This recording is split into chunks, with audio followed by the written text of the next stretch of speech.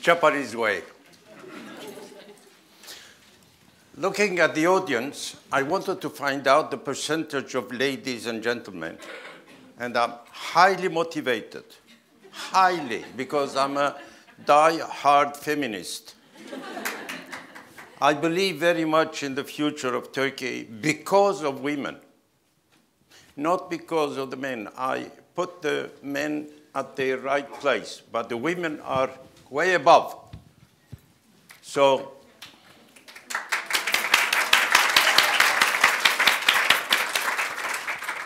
okay, so far so good. Daddy, this crowd. I won Daddy, the hearts of the ladies at least.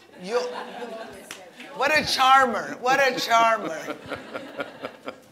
Well, Now, it's the first time. Now, am I going to speak or are you going to speak? Well, we'll see. If you let me speak, I'll try. It doesn't start very well, but let's see. Okay. Now, I'll try to put the questions together so that you can answer them together. We want to have your views on how to get ahead in your career as a woman. What are the advices you can give to women? Let's start that way, and then we'll continue. Okay. Leila limited my time to 10 to 15 minutes. No, to start. And she said that I'll talk about the two books.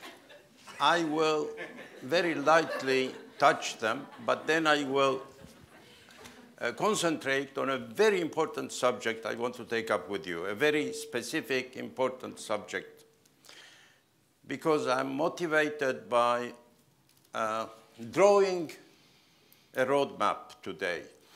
First of all, remember that this is a most memorable day in your lifetime.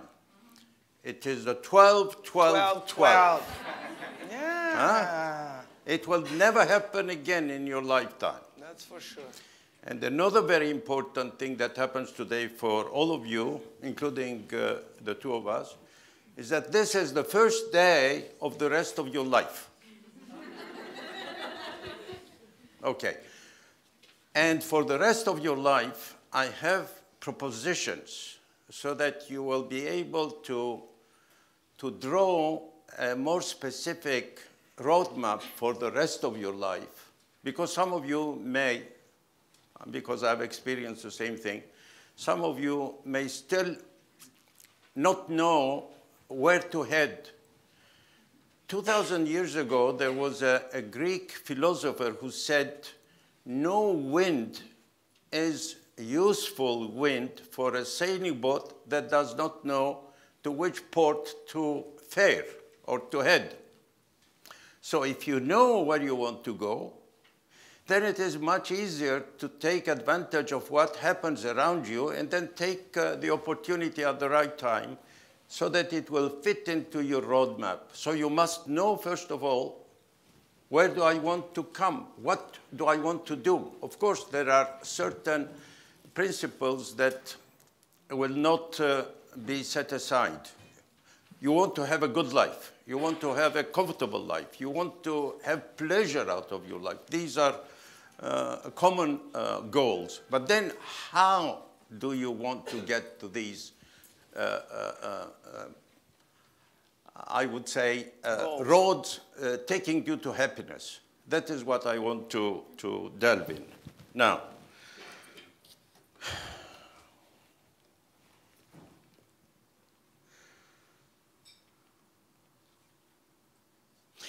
of course, the first thing you should ask yourself is, what do I expect from my life? What do I want? This is the very first thing you should ask to yourself. What gives me a kick? What makes me happy? Some people would say playing piano. Some people will say going out into the woods. Then you have to find a way of making a living out of going out into the woods. And looking at the median age, I see that practically all of you are between 15 and 30.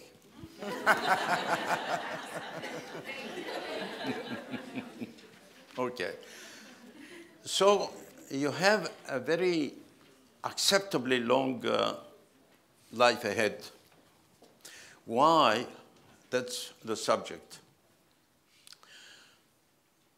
Median life expectancy when I was born was around 40. Then by year 1950, it became 54. Then a few years ago, I'm talking about the world, it became 78. Now? Now it is way above 80, but some very interesting things are happening that in many countries, the people that can reach 100 is increasing fast. For example, in Sweden, it will be 22% in the year 2020. 22% of the people of Sweden will be 100 years of age. I have visited clubs in Okinawa where they have clubs for the 100 years young people still going around for sporting and socializing. So get ready that eventually you will reach 100. Of course, this brings you to new platforms and probably opens new horizons for you. New challenges. New challenges, but new opportunities, because every challenge is an opportunity. Now, I'll give you a few figures, and then I'll come to my subject. Today, we are a bit above 7 billion people. I'm talking all the time about the world. I'm not talking about Turkey anymore, because I want you to tell that Turkey is no longer your boundaries. Turkey is no longer your turf. The world should be in your focus. You should aim at embracing the world. Okay. The world today is a bit above 7 billion people. By the time you will reach middle age, 2050, it will be 9.3 to 9.5 billion. Life will be much more difficult. Probably in most cities, there will no longer be cars running in the middle of the city, because if you go to Nişantaşı today, as I experienced a few days ago, the cars are not moving. They are just there. And the engines are running all the time. It's a crazy situation. We should find solutions for these things. This is another subject. But so 9.5 billion people by year 2050. And why am I talking about this? Because more than 10 years ago, I started having a very excited attitude towards futurology, the science of how to look at the future, projections, predictions. And first of all, more people, a more difficult lifestyle, especially if you live in a city. And then longer life expectancy, as I said, nearly 100. So more people living longer and higher standard of living, generally speaking, because it has always been all the time. Although we have crisis, it doesn't mean much. Generally, it is all the time increasing in value. And take Turkey with $11,000 and most of Europe with $50,000 to $70,000. You can see that we still have a long way to go in order to reach the same standard of Europe. And what are the opportunities for you is that if you take into consideration that you have this increase in human beings and longer life, and then I wanted to find out what are the platforms where there will be a fast increase. So food necessity will be about 50% more by year 2000. I'm comparing year 2000 to 2050, so 50 years. Food, about 50% more, so that you can feed the 9.5 billion. energy need will be 90% to 100% more. So every human being will need twice as much energy by year 2050. But then there is another subject, which is, it is such a subject that we have to work on it. Most of the people having a certain standard of living will put aside a bit of money for the older days. And the older days will start by year 60. And then you will look for your health. That's the first priority. So there will be expenditures for keeping your health in the right condition.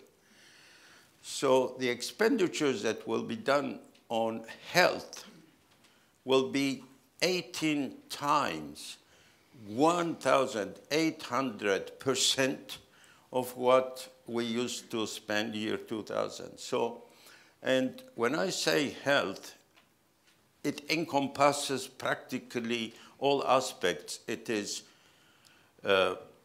curative for your diseases, but also preventive, so that you have a better quality of life. Your young attitude is progressively lengthened towards the 60s, 70s, 80s. So whatever comes in front of you dealing with health, you should look twice, and maybe you will take a road. And there I want to come to a very specific case where we have been very successful, and I would like you to emulate the success. The success is called Alvimedica. Alvimedica started year 2007 because of, I used to go to Scandinavia, to Sweden, Norway, Denmark, Finland, etc., to give conferences mostly to the expat Turks who live now in those countries. There is a very highly educated group of Turkish origin Swedes and Danes. And giving conferences there, I created their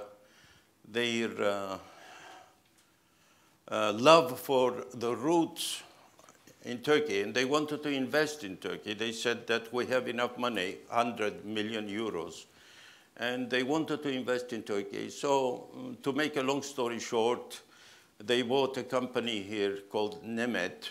They changed the name to Alvimedica. There I became partner with 5%. And then, long story, you can go into the website, Alvimedica. But the result today is that year 2012 finishing, 5 years later, Alvimedica is manufacturing stents, catheters, and balloons, and is very close to becoming a world-class trademark. It has received Tour quality. It is expanding throughout the world. It is the #1 trademark in Venezuela, of all countries. South America. And some people told me that we became #1 there because Chavez heard that I'm a communist. Okay. And then we are very good in Argentina, in Brazil, in China. In China, we sell Turkish-made, Çatalca-made stents and catheters and balloons into China through Hong Kong, because to get into China is difficult. So we went through Hong Kong. When you cannot go through the door, go through the window door, or through the chimney. So I want to give you this enthusiasm that most unusual industries or investments are possible today in Turkey with the brains that have developed in the past 20, 30, 40 years, because there is such an expat group of people in America, in Europe, throughout the world. And the knowledge, if you know how to bring it to Turkey, Turkey is a very good platform for relatively acceptable cost for manufacturing. And with the right enthusiasm, just to add, there was an article in a Dutch newspaper, the Volkskrant, Monday, and I'll read a couple of things. In a brand new building in Assen, the Turkish company Alvimedica is developing cardiological devices, a big boost for Holland, where lots of medical technicians have lost their jobs. Alvimedica Medical Technologies was established in 2007 in Istanbul with financing from a number of rich Turkish businessmen. Rich. Are you, Daddy? Among which the Alaton family. The company has set itself the goal of reaching a top 5 position in its market by 2014. Yes, our aim is to become world trademark among the 5 biggest in about 2 years. Sentence, okay. The highest aim is to get the first Nobel Prize for medicine for Turkey through our R&D, according to the Turkish CEO, Cem Bozkurt, in an interview. Now you have the floor. Okay. No, this is a vivid example of how creative and how excited and how worldly one can be even after age 80, like my father. And he's so full of enthusiasm and excitement, and he sees so many opportunities that the sky is